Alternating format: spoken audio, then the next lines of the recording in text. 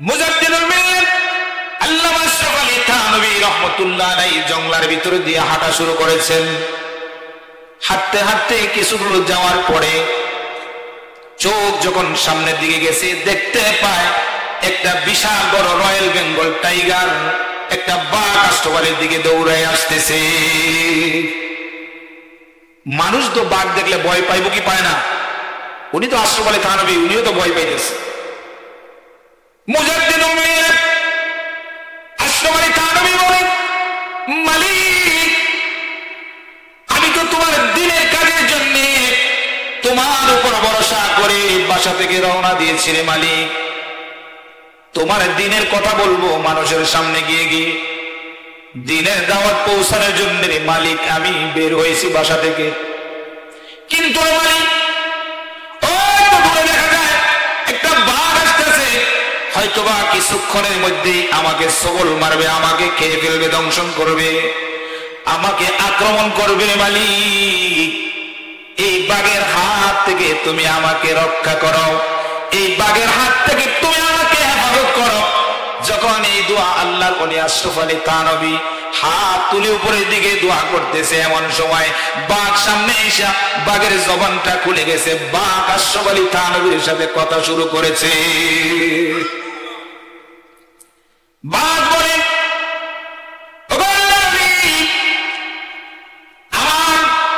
আমার নিজাম হচ্ছে, আমার চরিত্র হচ্ছে বাঘের চরিত্র হচ্ছে মানুষ দেখলে তাকে খেয়ে ফেলা, বকরি ভেড়া দেখলে, গরু ছাগল দেখলে আমাদের খিদা চলে আসে।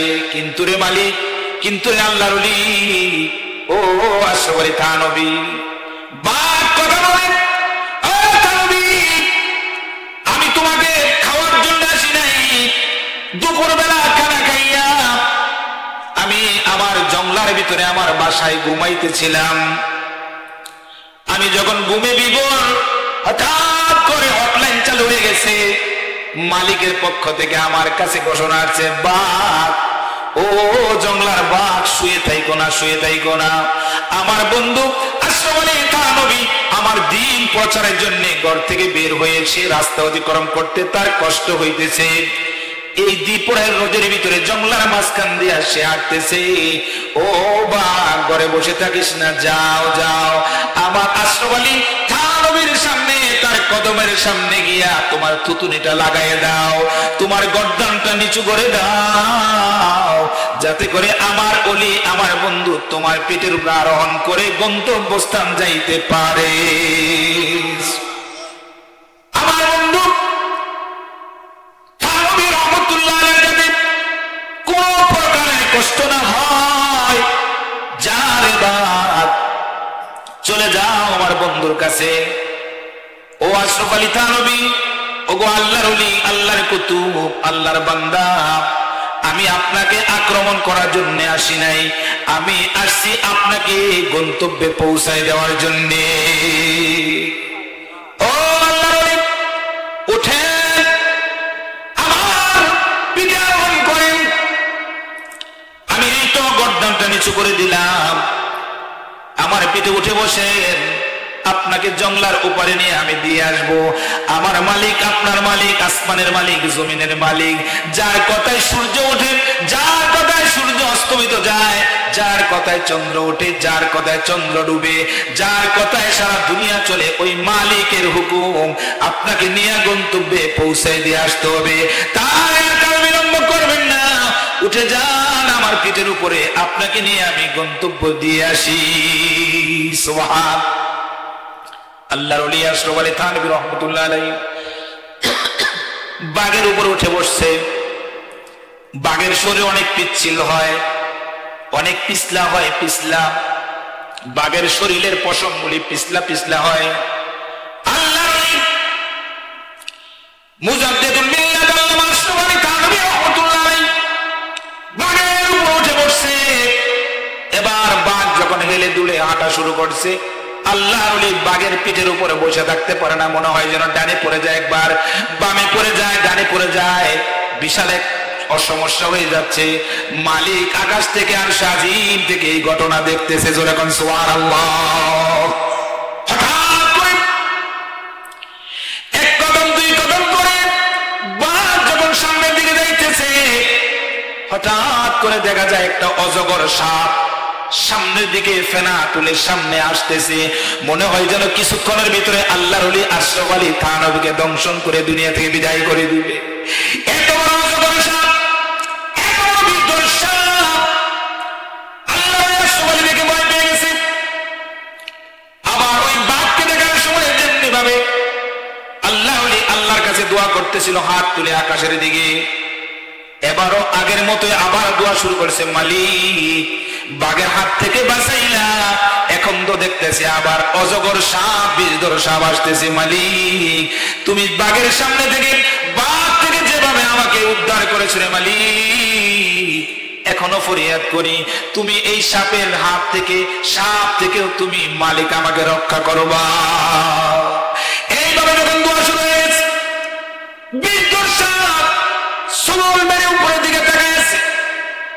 সাপের জবান খুলে গেছে আল্লাহর হুকুমে।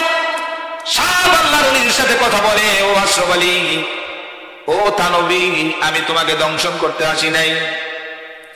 দুপুর বেলা আমার আহার করে আমি আমার গর্তে ঘুমাইতেছিলাম, আমি আমার গর্তে ঘুমাইতেছিলাম। আমি ঘুমাই থাকতে পারি নাই। মালিকের পক্ষ থেকে, আকাশের মালিক, জমিনের মালিক, আমার মালিক, আপনার মালিক আল্লাহ রাব্বুল আলামিনের পক্ষ থেকে টেলিফোন চলে আসছে, ও বিষধর সাপ ঘুমাই থাকিস না, আরাম করার সময় নাই, যাও যাও। আমার বন্ধু আশরাফ আলী থানবী বাঘের উপর আরোহণ করছে, বসে থাকতে পারে না, তার একটা লাঠির প্রয়োজন। সে বাঘ হেলে হাঁটতেছে, আর সে যেন ডানে পড়ে যায়, সে যেন বামে পড়ে যায়। যারে সাপ, যা যা, তোর মুখটা নিচের দিকে করে দিবি, লেজটা উপরের দিকে তুলে ধরবি, যাতে করে আমার বন্ধু আশরাফ আলী থানবী লাঠি বর দিয়ে দিয়ে বাঘের উপর আরোহণ করে গন্তব্যে যাইতে পারে। আমি আপনাকে দংশন করতে আসি নাই, আমি আসছি আপনার হাতের লাঠি বোনার জন্যে। আমার আল্লাহ তাআলা বলেছেন আমি যাতে আপনার হাতের লাঠি হয়ে যায়, আমি সোজা হয়ে যাই। ঠিক তাই করতেছি।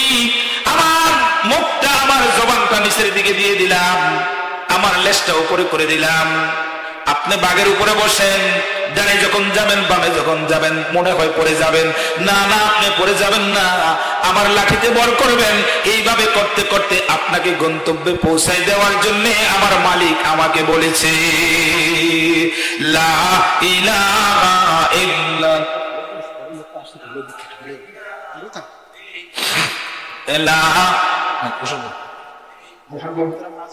সম্মানিত উপস্থিতি, সম্মানিত সদস্যরা, আজকে যিনি প্রধান আকর্ষণ, আজকে যিনি প্রধান আলোচক, সবাই বলি আলহামদুলিল্লাহ। খুশি না বেজার? যারা বাইরে আছে এরাও খুশি, এরা বেজার। মাওলানা আব্দুল খালেক শরীয়তপুরি চলে আসছেন, যার অপেক্ষায় অপেক্ষমান আপনারা। ওনাকে পাইতে হলে 2 বছর আগে দাওয়াত দিয়েও পাওয়া যায় না। তো উনি যে আমাদের এখানে আসতেছে, আমরা খুশি না বেজার? খুশি হইলে রাস্তায় রাস্তায় ঘুরে ঘুরে হবে না। যারা রাস্তায় আছি দ্রুত চলে আসি, দ্রুত চলে আসি। হযরত চলে আসতেছেন, কিছুক্ষণের মধ্যে ইনশাআল্লাহ চলে আসবেন। ওনার আসার আগ পর্যন্ত কথা চলতে থাকবে, আল্লাহ যদি তৌফিক দান করে। আল্লাহ যেন 2-1টি কথা আমলে নিতে বলার তৌফিক দান করে। সকলে বলি আমিন, আর জোরে বলি আমিন। জিকির করি লা ইলাহা, একটু চা খান ছিল অল্প দিয়েছি, একটু তাড়াতাড়ি দাও। ইল্লাল্লাহ, লা ইলাহা ইল্লাল্লাহ, লা ইলাহা।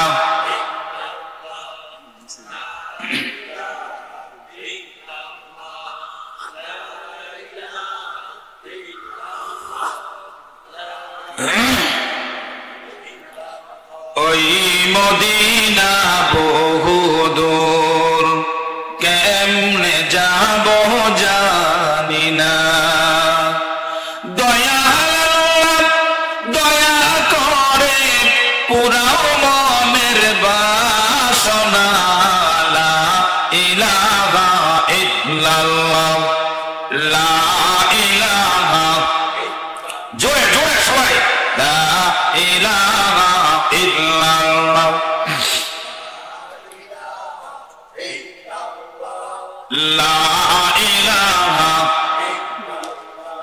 জোড়ে লা ইলাহা লা ইলাহা ইল্লাল্লাহু মুহাম্মাদুর রাসূলুল্লাহ সাল্লাল্লাহু আলাইহি ওয়াসাল্লাম। এই কালিমা পড়তে ভালো লাগছে? সবার ভালো লাগছে? দ্বীনের নবী বলেছেন, কোন বান্দা যদি লা ইলাহা ইল্লাল্লাহর জিকির করে আর জিকির করার পরে যদি তার অন্তরটা ভালো লাগে, ওই বান্দা যেন মনে করে নেই তার জীবনের সব গুনাহ মাফ হয়ে গেছে। লা ইলাহা ইল্লাল্লাহ এমন কালিমার নাম, যেই কালিমা পড়লে আমার নবী, আপনার নবী, বিশ্ব নবী বলছে দাখালাল জান্নাহ। লা ইলাহা ইল্লাল্লাহ দাখালাল জান্নাহ। যে ব্যক্তি লা ইলাহা ইল্লাল্লাহ পড়বে, ওই ব্যক্তি সোজা জান্নাতে চলে যাবে। জান্নাতে যাইতে চাই কি চাই না? সবাই চাই কিনা? জান্নাতে যাইতে হলে আমার আল্লাহ যা বলেছেন, আমি ওই কথার উপর আমার জীবনকে অতিবাহিত যদি করতে পারি, মরণ পর্যন্ত যদি ওই কথার উপরে দায়েম থাকি, ওই কথার উপরে যদি জীবনকে বাস্তবায়ন করতে পারি, তাহলে আল্লাহ তাআলা আমাকে চির শান্তিময় জান্নাতের খোঁজখবর দিয়েছেন, ওই জান্নাতটা আমাকে দিয়ে দিবে। কিন্তু আমরা তো জান্নাতটা চাই, কিন্তু যারা মুমিন হয় তারা জান্নাত চায় না। তারা বলে জান্নাত তো দোজখ সে ইয়ার क्या करो আরজু হে मैं तुझे देखा करो। আল্লাহ জান্নাত দিয়ে কি করবো? আমার আশা, আমার নিবেদন, আমার আবেদন হচ্ছে তোমাকে দেখা।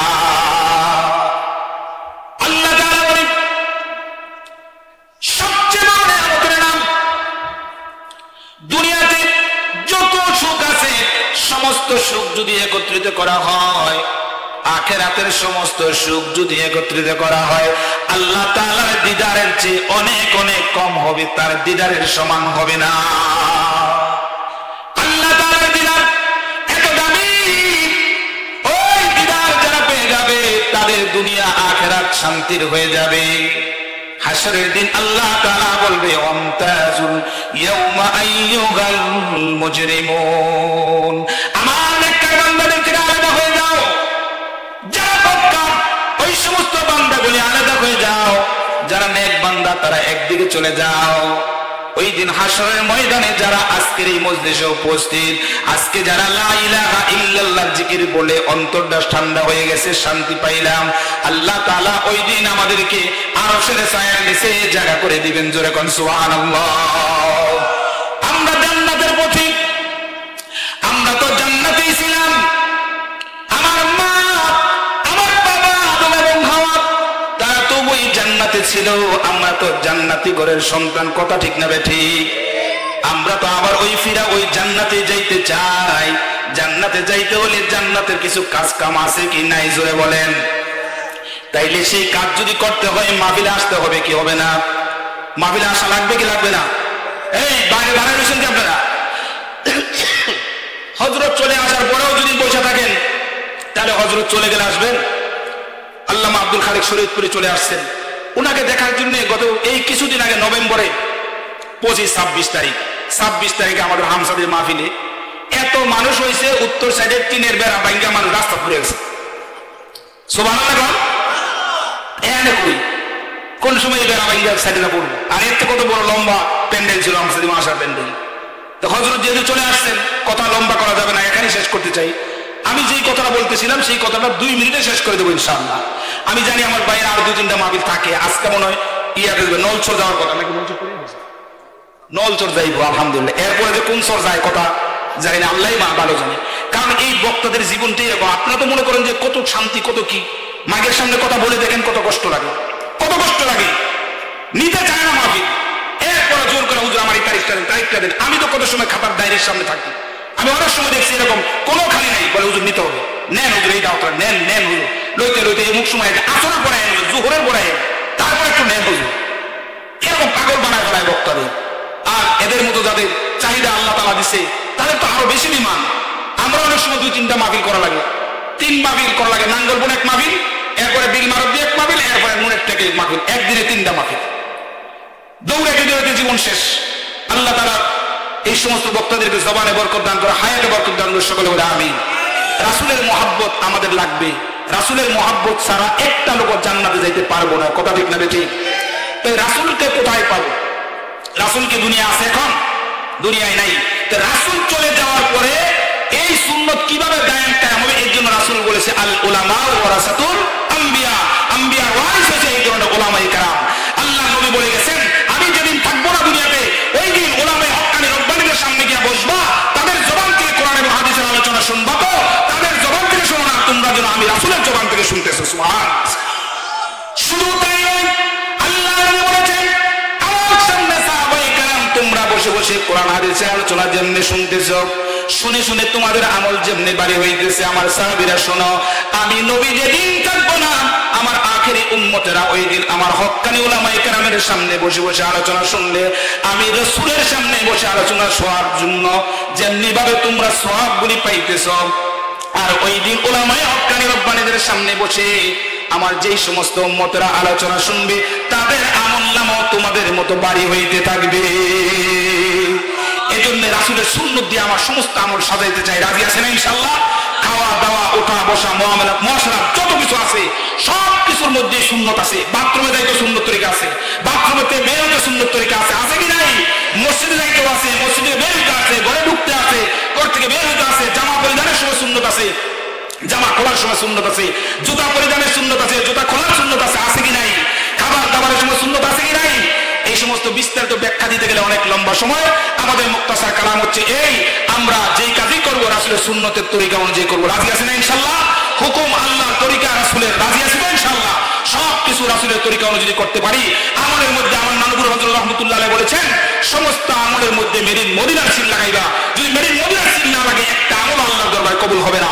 এই জন্য মুহতারাম হাজিরিন, আমরা অত্যন্ত ভয়াবহ এক পরিস্থিতিতে, এক পরিবেশে অবস্থান করতেছি। চতুর্দিকে ইসলামকে নিধন করার জন্য মানুষ হায়ার মতো দৌড়াচ্ছে, বদ আমলে মানুষ দৌড়ে যাচ্ছে, মনে হচ্ছে এটাই যেন নেক আমল, নেক আমল। আসলে রাস্তা দুইটা, ফারিকুন ফিল জান্নাতি ওয়া ফারিকুন ফিস সাইর। একটা রাস্তা জান্নাতের আর একটা রাস্তা জাহান্নামের। জান্নাতের রাস্তা যদি পাইতে হয় এই ধরনের হক্কানি উলামায়ে কেরামের জবান থেকে কথা শুনে শুনে আমার আমলকে বৃদ্ধি করতে হবে। রাজি আছে কিনা? আল্লাহ তাআলা আমাদেরকে কবুল করুক, সকলে বলে আমিন। অল্প কিছুক্ষণ যা কথা বললাম আমাকে এবং সবাইকে আমল করার তৌফিক দান করুক। আমার ভাই মাওলানা আব্দুল খালেক শরীফপুরি সাহেব আসছেন, তিনার কথা আমরা শুনবো। যারা এখনো বাইরে ইতস্তত বিক্ষিপ্ত ভাবে ঘোরাফেরা করতেছি, আমরা সকলে চলে আসি, এখনই হযরত বয়ান করবেন। আল্লাহ তাআলা হযরতের জবানে হায়াতে বরকত দান করে, সকলে বলে আমিন। ওয়া আখিরু দাওয়ানা আলহামদুলিল্লাহি রাব্বিল আলামিন। আসসালামু আলাইকুম ওয়া রাহমাতুল্লাহি ওয়া বারাকাতুহু।